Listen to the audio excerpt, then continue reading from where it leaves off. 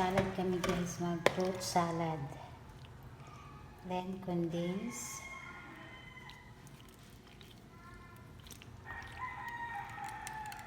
Ay, dako ag-abli na. Kaya lisod kayo. Abli.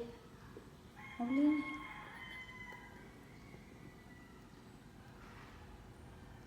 Apatay na balik. Abli sabi. So, abli ang pan guys kay. So, ito ay fruit cocktail. Yan guys. So, fruit cocktail. So, ito siya. Tapos, condense at saka ibap. Yun lang guys. Wala nang sugar kasi matamis yung condense. Ayan. Isang latang condense. Kasi itong fruit cocktail ay matamis din ito guys. Kasi prutas. Yan.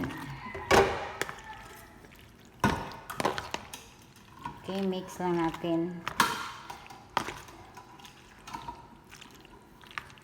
Okay rin na guys. Tubig mo na siya. Tapos, ayan. Ibap. Ayan siya. Ito na yung salad namin. Fruit salad. Kini kuhaan ko ang kutsara. Ayan. Ilagay sa ref and ready to eat na. Ready to serve. Lagay natin to sa ref. Chorito.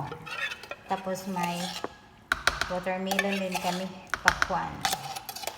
So, pwede na ito yung kainin namin na lunch. Cream, anong tato, no? Di mo ibap cream. Ibap ang nabili ko, guys. Imbis creamy yung tato. Yung creamy na ano. So, yan lang, guys. Tikman natin kung masarap ba ito or hindi. Pero sa tingin ko masarap ito. Kami lang kakain ito, dalawa. Okay. Good.